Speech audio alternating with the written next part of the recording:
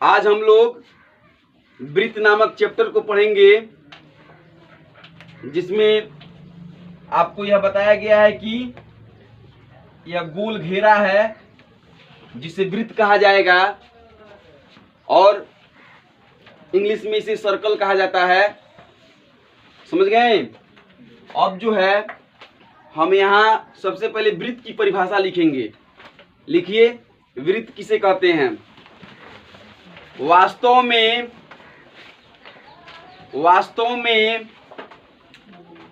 वृत्त किसी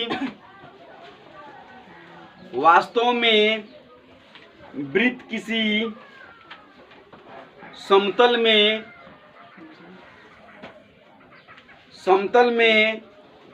उन सभी बिंदुओं का संग्रह है। वास्तव में वृत्त किसी समतल में उन सभी बिंदुओं का संग्रह है जो उसी तल में स्थित किसी निश्चित बिंदु से नियत दूरी पर होते हैं। किसी निश्चित बिंदु से नियत दूरी पर होते हैं। अब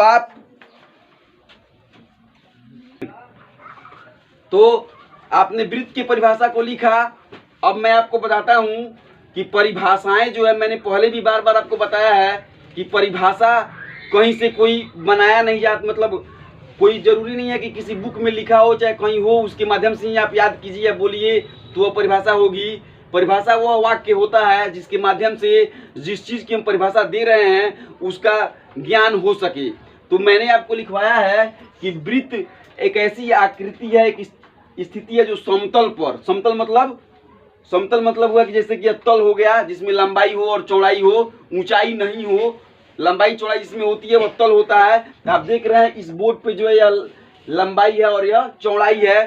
तो इस समतल पर एक निश्चित दूरी, जहां से समान दूरी पर एक रेखा खींची गई हो गोलाकार आकृति में, क्या कहलाती है? वृत्त। अब वो दूरी जो है, निश्चित दूरी जो होती है, उसे हम कहते हैं केंद्र, जिसको हम ओ द्वारा सूचित करते हैं। क्या, किसके द्वारा सूचित करते हैं? केंद्र।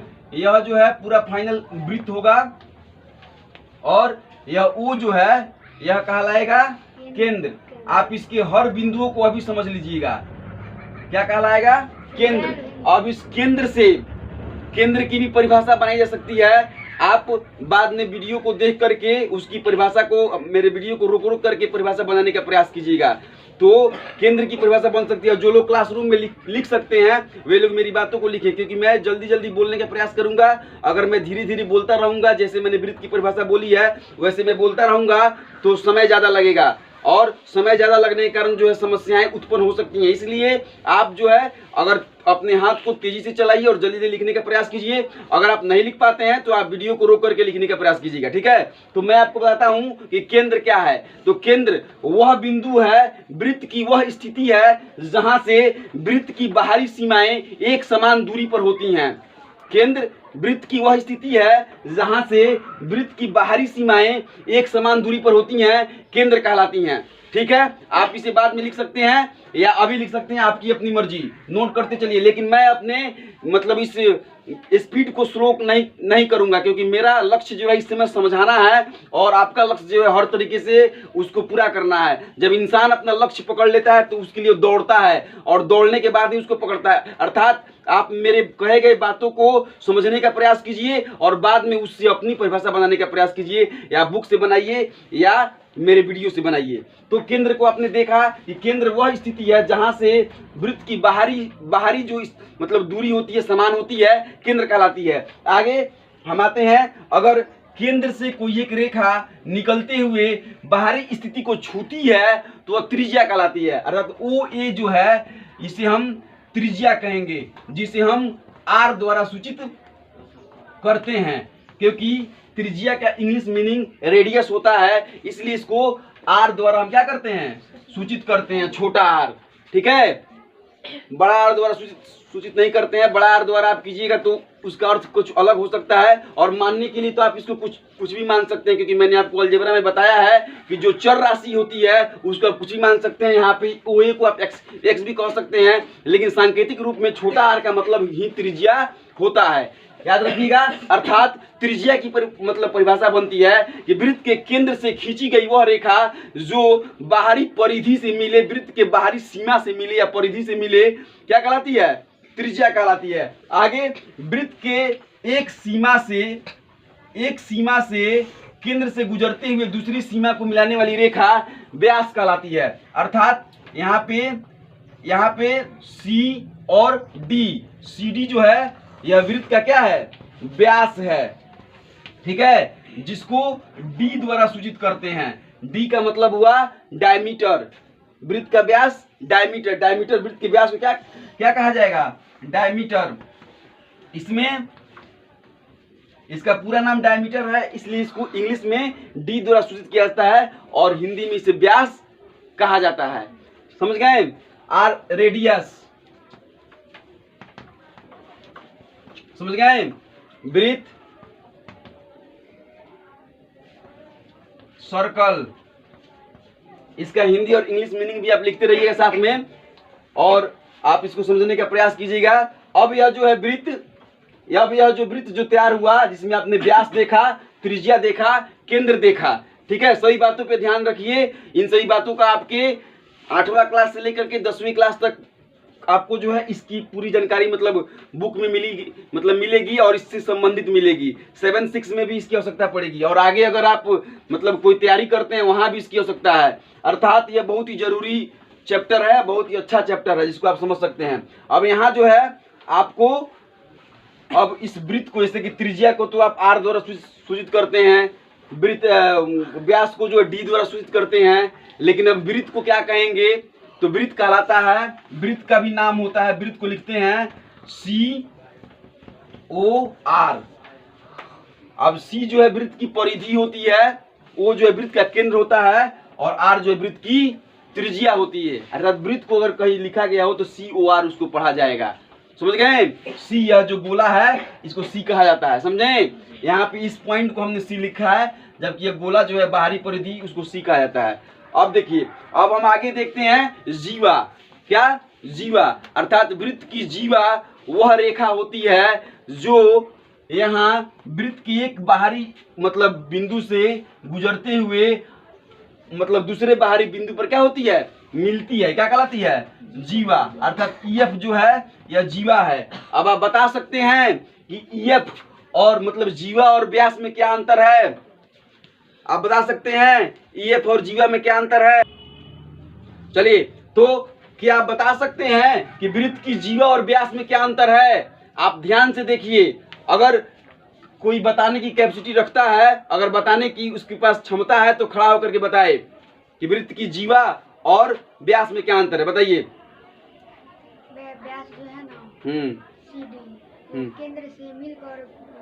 केंद्र से होकर गुजर रही है। गुड, जीवा जो है केंद्र से गुजर कभी नहीं। गुड। देखिए, इस लड़की ने इस बात को समझा, व्यास जो है केंद्र से होकर गुजर रहा है, जबकि जीवा केंद्र से होके नहीं गुजर रहा है। अर्थात यहाँ ऑब्जेक्टिव प्रश्न बन सकते हैं और आपके सेंस जो है यहाँ मतलब विकसित हो सकते हैं। बैठो। अब जो है आगे हम आपको मतलब बताना चाहेंगे कि देखिए क्या होता है ना कि सिर्फ रटने वाली विद्या से जो है आप गणित को नहीं समझ सकते, आप उसमें से कॉन्सेप्ट उसमें से निकालिएगा। सोच, आपकी सोच क्या है?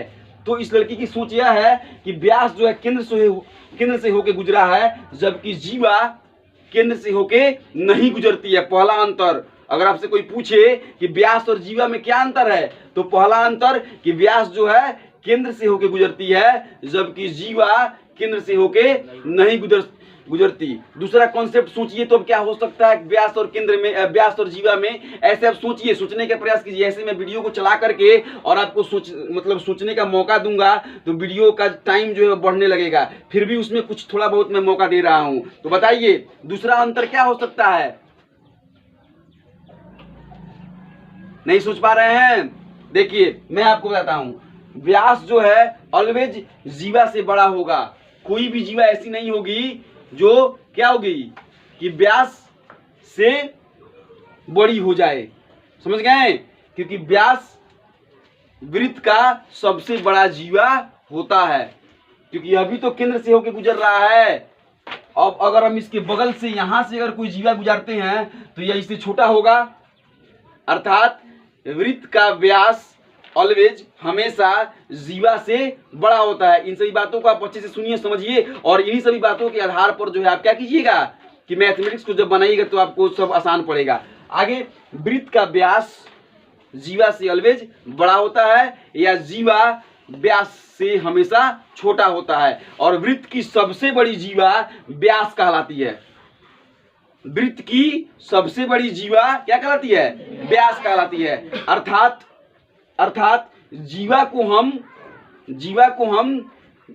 व्यास को हम जीवा कह सकते हैं, लेकिन जीवा को व्यास नहीं कर सकते। ये सब कॉन्सेप्ट क्लियर कीजिए अपने माइंड में, और इसको कॉपी पर भी लिखना चाहिएगा तो आप लिख लीजिएगा। लेकिन अगर मेरी बातों को सुन के यदि आप कॉपी पर लिखते हैं तो वो सिर्फ बनावटी होगा, और यदि आपके दिमाग में बात को समझने के बाद कोई दूसरा कॉन्सेप्ट क्लियर होता है कि हाँ जीवा में यह हो सकता है, व्यास में ऐसे हो सकता है, तो अब आप जो है क्या है कि मतलब अच्छे विद्यार्थी के लक्षण में आ रहे हैं।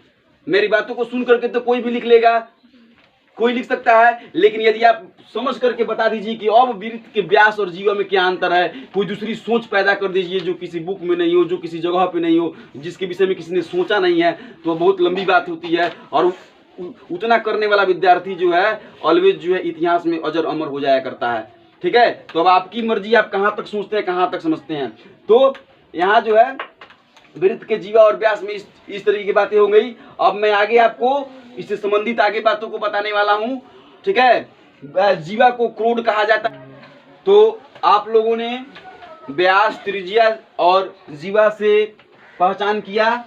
अब आगे मैं आपको बताने वाला हूँ कि चाप क्या होता है। ठीक है, चाप बताने से पहले हम लोग त्रिज्यखंड देखें। तो जो केंद्र है क्या है? केंद्र और त्रिज्यखंड। त्रिज्यखंड हमने आपको पहले भी बताया था कि शब्दों को तोड़ करके उसके अर्थों को समझा जा सकता है। तो त्रिज्यखंड, अब यहाँ सवाल बनेगा कि त्रिज्यखंड क्या है, तो उसका मतलब आंसर होगा कि दो त्रिज्याओं के द्वारा काटे गए खंड को क्या कहा जाता है? त्रिज्यखंड। दो त्रिज्याओं के द्वारा काटे गए खंड को क्या कहा जाएगा? त्रिज्यखंड। जैसे कि यह केंद्र है और यहाँ एक त्रिज्या है, और यह केंद्र है और यहाँ एक त्रिज्या है। इस त्रिज्या ने जो एक खंड काटा यह क्या कहलाएगा? त्रिज्यखंड, जिसका कोण क्या होगा? थीटा होगा। क्या होगा? थीटा। तो यह त्रिज्यखंड हो गया। और यह जो यहाँ से आप देख रहे हैं ए और बी, यही जो है आर्क है। आर्क मतलब चाप। क्या हुआ? चाप। यह ए बी जो है इसको MAB चाप के माध्यम से जाना जाता है। इसको क्या कहा जाएगा? चाप। समझ गए? तो त्रिज्यखंड क्या होता है? त्रिज्यखंड दो प्रकार का होता है, एक लघु त्रिज्यखंड और एक दीर्घ त्रिज्यखंड। इसको भी ध्यान में रखिए। लघु त्रिज्यखंड का मतलब हुआ जो छोटा सा भी आपको त्रिज्यखंड जो दिख रहा है, त्रिज्या के द्वारा जो काटा गया है, यह लघु त्रिज्यखंड है। क्या है? लघु त्रिज्यखंड। लघु मतलब छोटा, दो त्रिज्या के द्वारा काटा गया छोटा खंड लघु त्रिज्यखंड कहलाता है। और यहाँ जो यहाँ से लेकर के यहाँ तक जो ये बना है, यह θ1, यह जो स्थिति है यह क्या है? दीर्घ त्रिज्यखंड। जो छायांकित भाग आप देख रहे हैं जिसको हमने छायांकित किया है, यह कहलाएगा दीर्घ त्रिज्यखंड। क्या कहलाएगा? दीर्घ त्रिज्यखंड। अब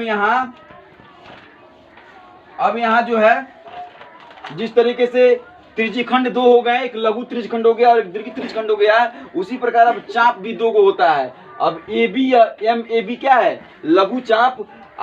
इधर से अगर हम चलते हैं कि MBA,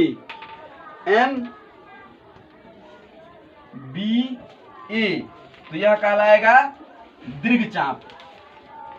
क्या कहलाएगा? दीर्घ चाप। और यह क्या कहलाएगा? MAB लघु चाप।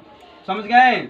और वैसे भी आप जानते हैं कि कोई भी चीज जो है बाएं से दाएं की तरफ चलती है, तो यह ए से जब बी में, जैसे कि आप कोई ढक्कन लीजिए किसी बोतल का, वो ढक्कन को खोलिएगा तो बाएं से दाएं में खुलेगा और दाएं से बाएं में बंद होगा। उसी तरीके से यह चलता है। MAB जो है यह इधर से चलेगा तो लघु चाप कहलाएगा। क्या कहलाएगा?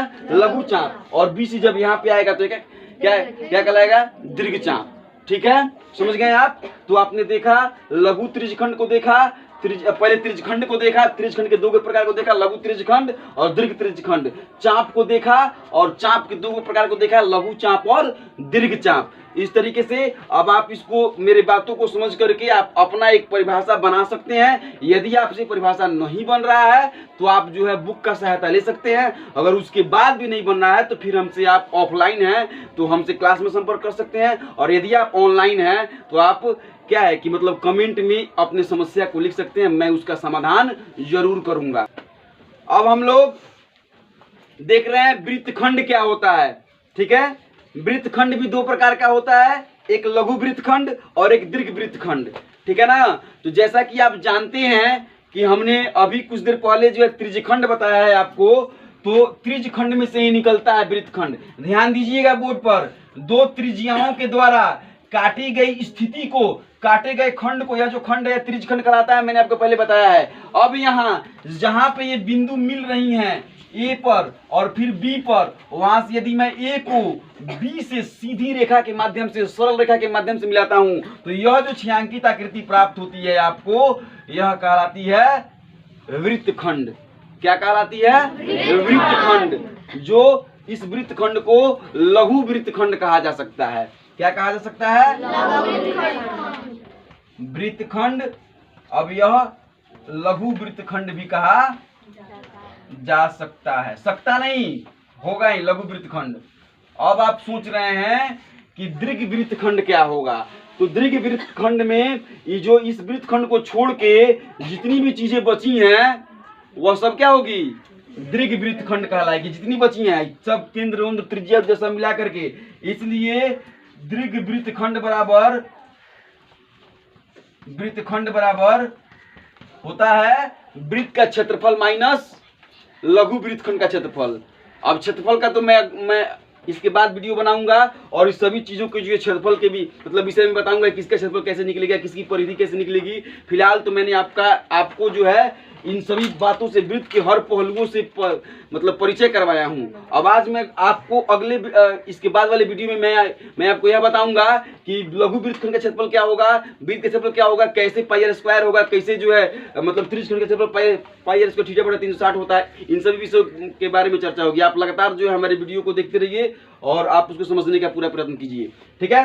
अब दीर्घ वृत्तखंड आप समझ लीजिए, अर्थात लघु वृत्तखंड को छोड़ के अन्य जो भी चीजें हैं ये सब दीर्घ वृत्तखंड कहलाती है। ठीक है। अब अगला पॉइंट समकेंद्रीय वृत्त। समकेंद्रीय वृत्त मैंने आपको बार बार बताया है कि चाहे वो हिंदी मतलब physics, chemistry, biology, history, geography कोई भी विषय हो, आप यदि उसमें मौजूद शब्दों को तोड़ने का प्रयास करते हैं और तोड़ने के बाद उसके अर्थ को समझने का प्रयास करते हैं तो आपको आसानी से उसका अर्थ सामने मिल जाएगा। अर्थात मैंने कहा समकेंद्रीय, सम मतलब एक, सम मतलब समान, और केंद्र मतलब केंद्र। एक केंद्र पर बनाई गई जो वृत्त होती है वो समकेंद्रीय कहलाती है। अर्थात इसी केंद्र को मान करके यहाँ जो वृत्त बना, फिर यहाँ जो वृत्त बना, फिर यहाँ जो वृत्त बना, यह सब क्या है? समकेंद्रीय वृत्त है।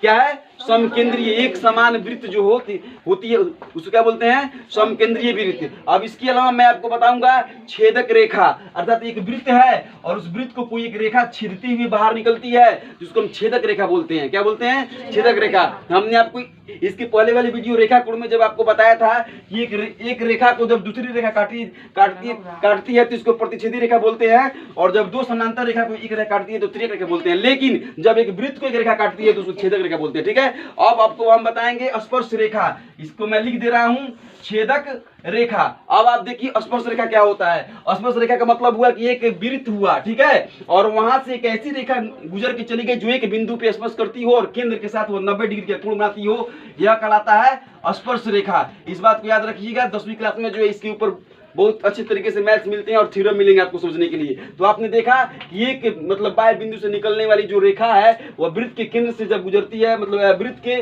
किसी एक बाह्य बिंदु से छूते हुए गुजरती है, स्पर्श करते हुए गुजरती है, तो ये रेखा क्या कहलाएगी?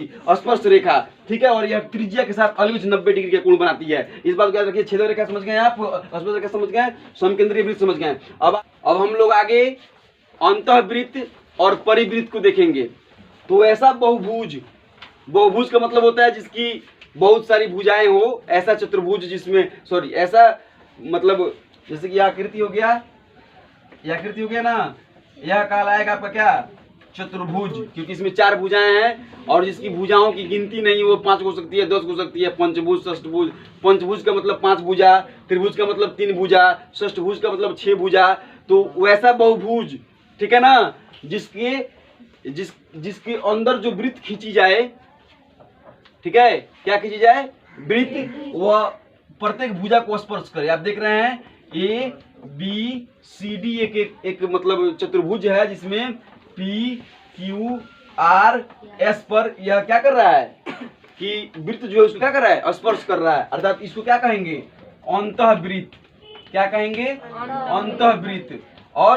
और परिवृत्त का मतलब होता है कि वृत्त, अर्थात ऐसा मतलब बहुभुज जिसका प्रत्येक शीर्ष वृत्त के शीर्ष से वृत्त के मतलब बाहरी स्थिति से मिलती हुई खींची जाए। अर्थात यह जो बना A B C D E, यह एक ऐसा पंचभुज है जो वृत्त के अंदर मतलब पंचभुज का शीर्ष जो है वृत्त के मतलब जो जिसमें वृत्त बाहर हो, उसको जिस आकृति के बाहर वृत्त हो उसको क्या कहा जाएगा, परिवृत्त। क्या कहा जाएगा, परिवृत्त। और जो वृत्त के मतलब चतुर्भुज या मतलब जो बहुभुज के अंदर वृत्त हो उसको कहा जाएगा अंतःवृत्त। इसके साथ जो है आज का यह क्लास समाप्त होता है और आपका वर्क यही है कि हमने जो भी चीजें बताई, जो भी पॉइंट बताया, वृत्त, केंद्र, परिधि, परिधि तो अभी नहीं बताया हमने, अगले वीडियो में मैं मतलब परिधि और क्षेत्रफल को बताऊंगा कैसे मतलब परिधि क्या होती है और क्षेत्रफल क्या होता है और तब उसको निकाला कैसे जाता है, ठीक है। और फिलहाल जो मैंने केंद्र, व्यास, जीवा, इन सब का परिभाषा आप लिख करके मैंने मतलब वीडियो के बीच में भी आपको बताया कैसे आपको लिखना है और कैसे क्या करना है, और उसके बाद उसको याद कर लीजिएगा और उस नोट्स को क्लास में चेक करिएगा। और जो लोग ऑनलाइन देख रहे हैं वे लोग लिख करके अपने खुद से भी देख सकते हैं, समझ सकते हैं और बुक के सहारा लेकर के उसको देख सकते हैं कि वह सही है या गलत है। अगर किसी भी तरीके का कोई दिक्कत होता है तो आप कमेंट में अपने परेशानी को जरूर लिख दीजिएगा, मैं उसको समाधान करने का पूरा प्रयत्न करूंगा।